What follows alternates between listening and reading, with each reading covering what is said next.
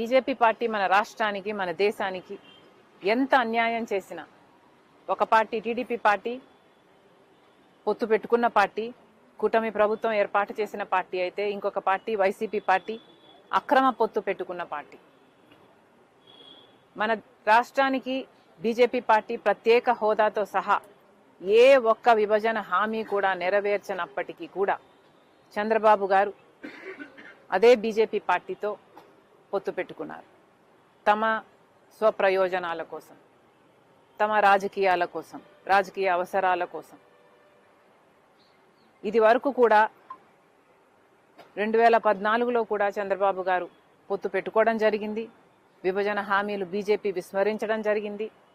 మళ్ళీ అదే పార్టీతో, అదే బీజేపీతో చంద్రబాబు గారు పొత్తు పెట్టుకున్నారు అంటే ఇది రాత్రి పడిన గుంతలోనే మళ్ళీ పగులు పడ్డం కాదా?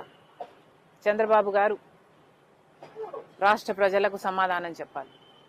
మరోవైపు వైసీపీ జగన్మోహన్ రెడ్డి గారు ఎప్పుడూ తెర వెనకాల బీజేపీకి, మోడీకి దత్తపుత్రునిగానే వ్యవహరించారు. అక్రమ పొత్తు పెట్టుకున్నారు. రాజశేఖర్ రెడ్డి గారు కొడుకయ్యుండి ఏ బీజేపీ పార్టీనైతే రాజశేఖర్ రెడ్డి గారు అంతగా వ్యతిరేకించారు. ఎందుకంటే బీజేపీ పార్టీ ఒక మతతత్వ పార్టీ కాబట్టి మతం పేరుతో, కులం పేరుతో చిచ్చు పెట్టడం, ఆ మంటలో చలి కాచుకోవడం బీజేపీకి తెలిసిన రాజకీయం కాబట్టి రాజశేఖర్ రెడ్డి గారు బీజేపీని అంత వ్యతిరేకిస్తే ఈరోజు అదే బీజేపీ పార్టీతో గత 5 సంవత్సరాలుగా జగన్మోహన్ రెడ్డి గారు అదే బీజేపీ పార్టీకి గులాంగిరీ చేశారు. మరి జగన్మోహన్ రెడ్డి గారు రాజశేఖర్ రెడ్డి గారి ఆశయాలను నిలబెట్టేవాడు ఎలా అవుతాడో ప్రజలు ఆలోచన చేయాలి. జగన్మోహన్ రెడ్డి గారు ఈ రోజుకి కూడా గొప్పగా చెప్పుకుంటున్నారు, మాకు ఇంత శాతం ఓట్లు వచ్చాయి ఆంధ్ర రాష్ట్రంలో అని. జగన్మోహన్ రెడ్డి గారిని కాంగ్రెస్ పార్టీ సూటిగా ప్రశ్నిస్తుంది, అయ్యా జగన్మోహన్ రెడ్డి గారు, మీరు అంత శాతం పర్సెంటేజ్ వచ్చింది అంటే దాంట్లో దళితుల పాత్ర లేదా? ఎంతమంది దళితులు ఓట్లేస్తే మీకు ఆ పర్సెంటేజ్ వచ్చింది? మరి ఈరోజు బీజేపీ అమిత్ షా గారు అంబేద్కర్ గారిని, దళితులని అవమానిస్తుంటే మరి మీకు కృతజ్ఞత భావం కోసమైనా మీరు ఆ దళితుల పక్షాన అంబేద్కర్ గారి కోసం ఒక్క మాటైనా మాట్లాడారా? ఈరోజు కులగణన చేయమని కాంగ్రెస్ పార్టీ డిమాండ్ చేస్తుంది. కానీ కులగణన చేస్తే ఎక్కడ దళితుల పర్సంటేజ్ బయటపడుతుందో, ఎక్కడ రిజర్వేషన్లు పెంచాల్సి వస్తుందో అని బీజేపీ పార్టీ చేయకపోతే అందుకు వ్యతిరేకంగానైనా జగన్మోహన్ రెడ్డి గారు ఒక్కసారైనా మాట్లాడారా? దళితులకు సమాధానం చెప్పాల్సిన అవసరం జగన్మోహన్ రెడ్డి గారికి ఉంది. 175 అడుగుల అంబేద్కర్ స్టాచ్యూ కట్టేస్తే సరిపోతుందా? దళితుల పక్షాన నిలబడాల్సిన అవసరం లేదా? అసలు దళితులే అంటరాని వారిగా దళితుల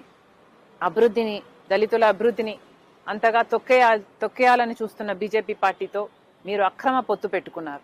తెర వెనకాల మద్దతు ఇస్తూనే వచ్చారు. ఆఖరికి అంబేద్కర్ గారికి జరిగిన అవమానం కొద్దీ మొన్న పార్లమెంట్లో ఫ్లోర్ ఆఫ్ ద హౌస్ లో కూడా అవమానం జరిగితే ఒక్క కాంగ్రెస్ పార్టీ కొట్లాడింది తప్ప టీడీపీ గాని, వైసీపీ గాని ఒక్క మాట కూడా మాట్లాడలేదు. ఆఖరికి మన రాష్ట్రంలోనే తీసుకుంటే ఒక జగన్మోహన్ రెడ్డి గారు మాట్లాడకపోగా కనీసం తన ఎంపీలు, ఎమ్మెల్యేల చేత కూడా మాట్లాడించలేదు. మరి ఇది అన్యాయం కాదా అని అడుగుతున్నా. ఎన్ని రిజర్వ్డ్ సీట్లు ఉన్నాయి మన రాష్ట్రంలోనే? పోనీ ఆ రిజర్వ్డ్ సీట్లో గెలిచిన ఎమ్మెల్యేలు, ఎంపీలైనా వైసీపీ పార్టీకైనా టీడీపీ పార్టీకైనా చెందిన వారు ఒక్కరైనా దళితుల ఓట్లు తీసుకొని గెలిచిన వాళ్ళు ఒక్కరైనా అంబేద్కర్ గారికి అవమానం జరుగుతుంటే మాట్లాడారా? దళితుల పక్షాన నిలబడ్డారా? మన రాజ్యాంగాన్ని రూపొందించిన గొప్ప నేత అంబేద్కర్ గారు. అలాంటి యుగ పురుషుణ్ణి అవమానిస్తున్నా కూడా ఈరోజు టీడీపీకి, వైసీపీకి చీమ కుట్టినట్టయినా లేదు. మళ్ళీ చెప్తున్నాం, ఇదే బీజేపీ పార్టీ అధికారంలో ఉంటే రాజ్యాంగాన్ని మార్చే ప్రయత్నం చేస్తుంది. ఇదే బీజేపీ పార్టీ అధికారంలో ఉంటే రిజర్వేషన్లు కూడా ఎత్తేసే ప్రయత్నం చేస్తుంది. ఇదే బీజేపీ పార్టీ అధికారంలో ఉంటే దేశ సంపదని, అదానీ లాంటి వాళ్ళు అవినీతి పరులు అని అమెరికా లాంటి సంస్థలు చెప్తున్నా, FBI లాంటి సంస్థలు చెప్తున్నా అదే అదానీ లాంటి వాళ్లకు కట్టిబెట్టే ప్రయత్నం చేస్తుంది. ఇదే బీజేపీ పార్టీ అధికారంలో ఉంటే మతాన్ని కులాన్ని అడ్డు పెట్టుకొని చిచ్చు పెట్టే ప్రయత్నం చేస్తూనే ఉంటుంది. చర్చిలను కూలగొట్టడం, మసీదులను ధ్వంసం చేయడం బీజేపీకి అలవాటుగా మారింది. మళ్ళీ చెప్తున్నాం, ఒక్క కాంగ్రెస్ పార్టీ అధికారంలో ఉంటే మాత్రమే సెక్యులరిజం మన దేశంలో బతుకుతుంది. ఒక కాంగ్రెస్ పార్టీ అధికారంలో ఉంటే మాత్రమే బడుగు బలహీన వర్గాలకు న్యాయం జరుగుతుంది.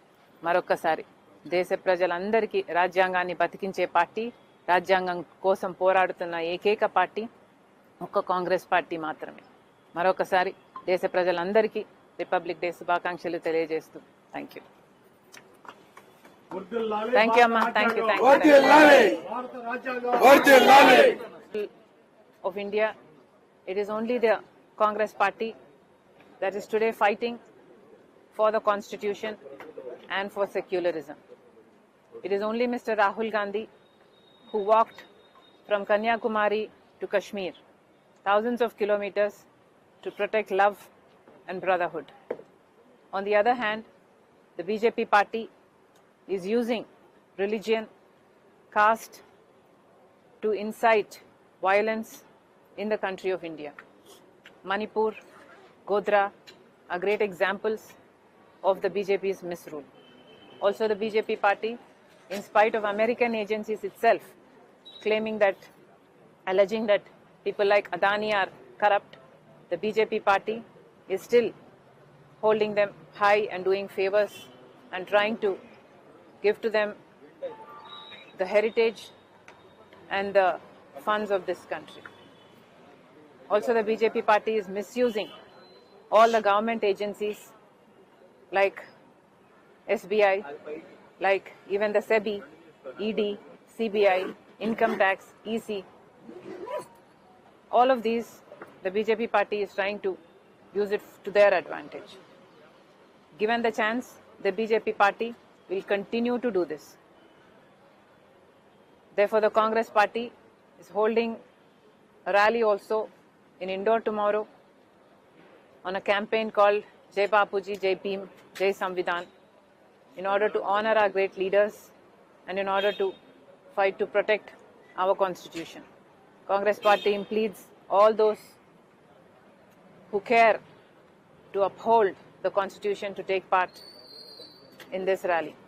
Also, in the state of Andhra Pradesh, it is very unfortunate that the two major parties, TDP and the YCP, are supporting the same BJP party that has done nothing for the people of Andhra Pradesh.